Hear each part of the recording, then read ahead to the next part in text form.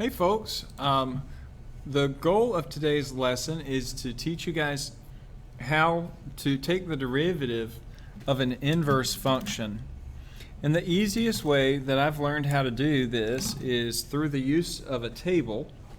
And maybe through the use of this table we will be able to come up with some new knowledge between the relationship of f and its inverse. So let's take a look. So recall that the inverse of a function is found by swapping the x and y values. And also recall that f of f inverse is the same thing as f inverse of f, which is x. Okay? So what we'll do is we're going to find f inverse. So we're going to write in terms of x and y. We'll switch x and y. We'll solve for y by subtracting 2 on both sides. That gives me that y cubed equals x minus 2. And then I need to take the cubic root of both sides so that y equals the cubic root of x minus 2. Okay? So from there, this says that the relationship between f and f inverse is that the coordinates are reversed. So if the point 10, 2 is on f inverse, then 2, 10 is on f. So let's take a look at that. Let's say f inverse of 10. Let's go ahead and put that in. Well, that would be the cubic root of 10 minus 2. Well, that's the cubic root of 8. And the cubic root of 8 is just 2. So, yeah, the point 10, 2 is on f inverse. Okay, so f, let's see, the point, say point 10, 2 is on the graph on f inverse of x. So that implies that point 2, 10 is on the graph of f of x. Okay? Okay. So that's the relationship between f and f prime. Well, let's see if there's a relationship between the slope of f of f. So f prime, let's find f prime at x equals 2. Well, okay, f of f prime of x, we'll just do it in terms of x first. F prime of x is just 3x squared. Okay, I just took the derivative of x cubed plus 2. And then I want to substitute in a 2, so f prime at 2 is 3 times 2 squared, and that's going to be 12. Okay? So the next thing I'm going to do is I'm also going to find f inverse prime. And that seems like a challenge, but I think that we can do it. F inverse prime of x. And this is kind of odd notation, right? So you kind of got to get used to writing this. So I'm taking the derivative of this cubic root function. Well, remember that cubic root function is like saying x minus 2 to the 1/3 power. So this is a power rule question. So I'm going to use the power rule for my derivative. So 1/3 comes in front.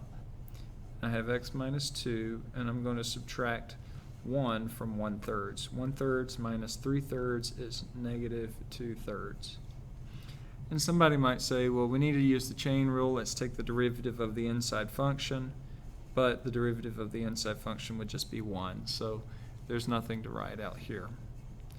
So now let's stick a 10 in to find f inverse prime at 10. This is 1/3. 10 minus 2, that's going to be 8. To the 2/3 power. So I did a little bit of maneuvering there. That's a negative 2/3 power. I dropped it down. And I like to root things down before I power it up. So what's the cubic root of 8? Well, that's 2. So this is going to be 2 squared. And 2 squared is 4, so 1/12.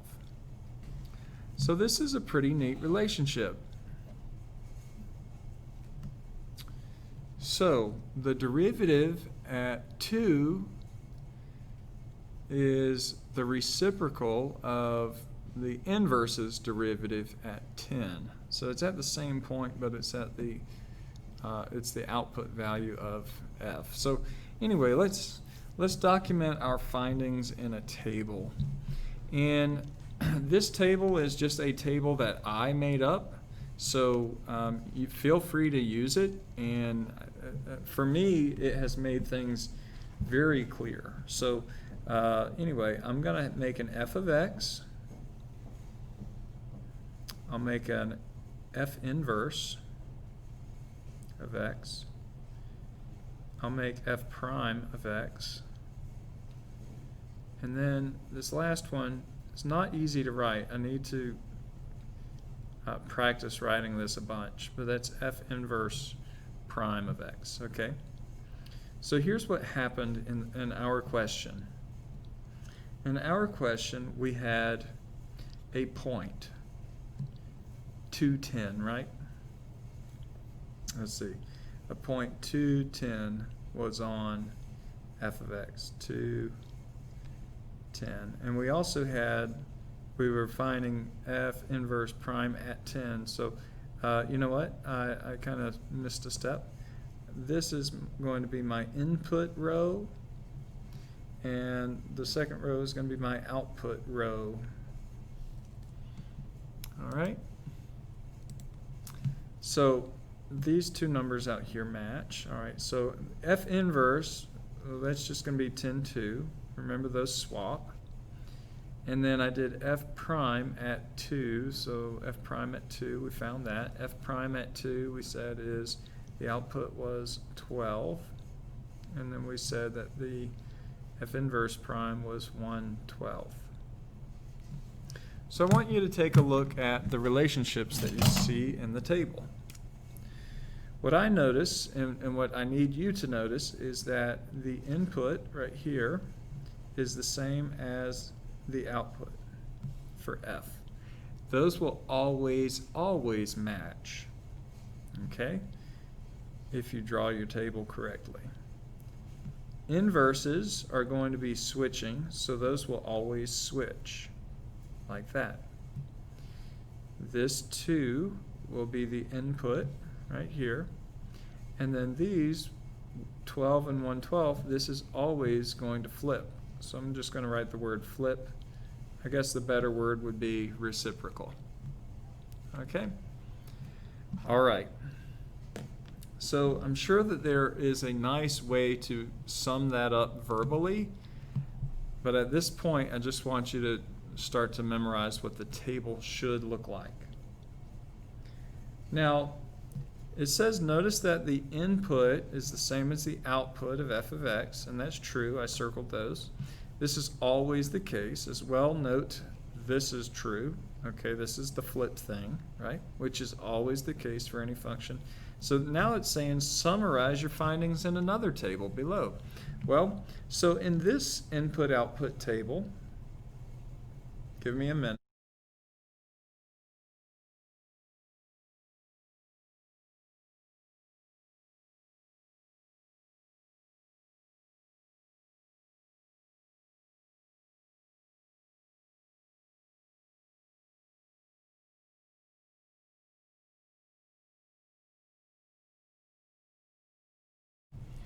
All right, so that's your table. That's what you want to use to find the derivative of an inverse function.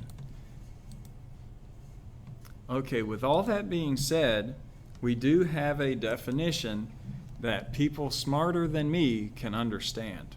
Okay, so it says let f be a function that is differentiable on some interval. If g is the inverse function, then g is differentiable at any x value for which f prime of f inverse doesn't equal 0, then this formula holds true. Okay? Okay, so I don't necessarily understand that, but I do know how to prove it. So let me show you guys how to prove this. Assume that h of x equals f of x of g, f of g of x, where f and g are inverse functions. Well, remember, if f and g are inverse functions, that means that f of g of x equals x. Okay? So what we can do from there is we're going to take the derivative of both sides. I'm going to write that in a different color pen, and to save a little bit of space, I'm not going to write d dx on both sides of the equal sign. I'm just going to close it around the equal sign like that. So imagine d dx on the left side and d dx right here on the right side. So, okay, the derivative of this, it looks like a composition, and we know the chain rule by now, so this is just going to be the derivative of the outside function, evaluated at the inner function, times the derivative of the inner function. And then the derivative of x is just 1. And just based on this formula, I'm wanting to solve for g prime, so I'm going to divide both sides by f prime of g of x. F prime of g of x. Now it says show steps to find h prime in terms of f prime and f inverse. Well, I know that this guy right here, this is f inverse prime, right? So f inverse prime of x equals, again, you want to practice that a lot, equals 1 over f prime, that's fine to write, but g, I can't write g anymore, I need to write whatever g is. Now g is the inverse of f, so we're just going to say f inverse of x. Okay, so that's it. And you'll notice that that is exactly the formula. And we should be pretty happy about that. Okay, so often f inverse cannot be determined in a given problem. Either it will be too difficult to find, or it could be impossible. Okay, especially if you're given values in some kind of table. Okay, so we need to use our established relationship between that we found in our table to come up with the solution for f inverse prime. So let's take a look at this question. This is asking us for f inverse prime of 3. So as soon as you start this question, I need you to make a table.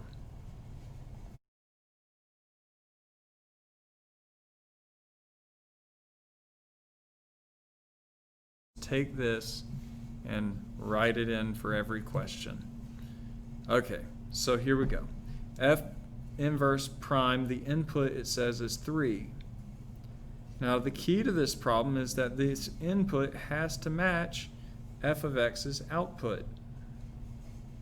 Now when does f of x equals 3? Well, f of x equals 3 when 1/4 x to the third plus x minus 1 equals 3.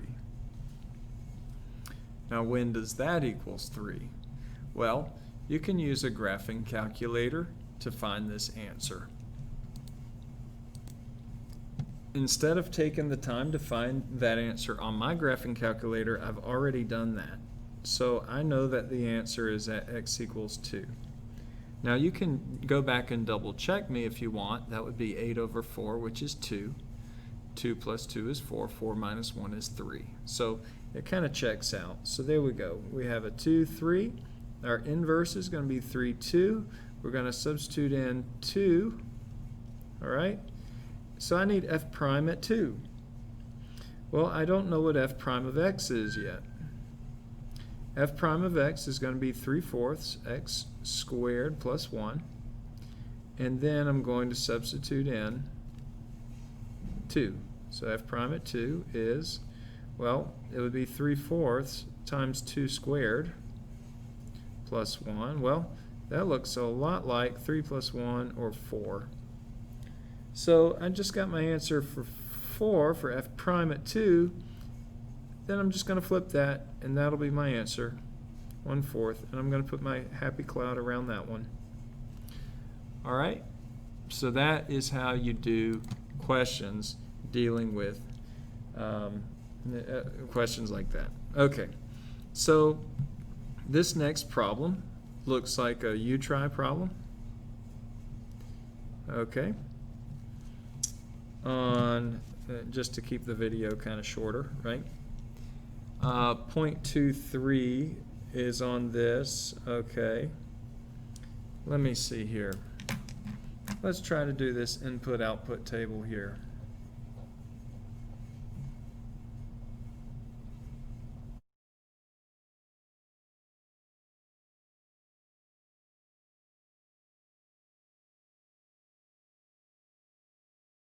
Here we go.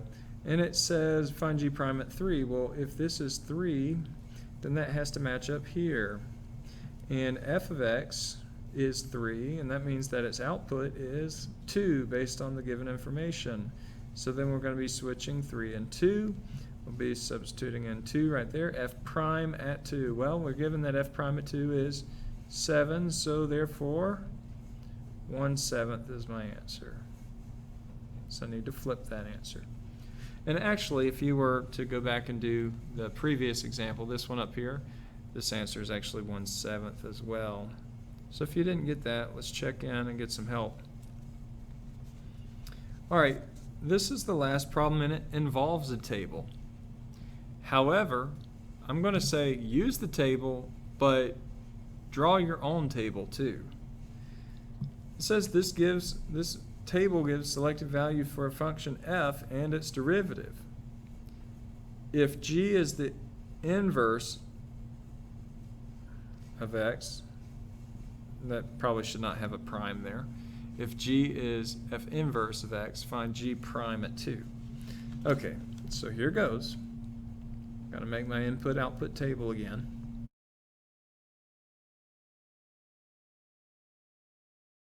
Want g prime at 2, so I'll put 2 in the table. 2 is the output. So where is 2 the output for f of x? Well, for f of x, 2 is the output at 5, at x equals 5.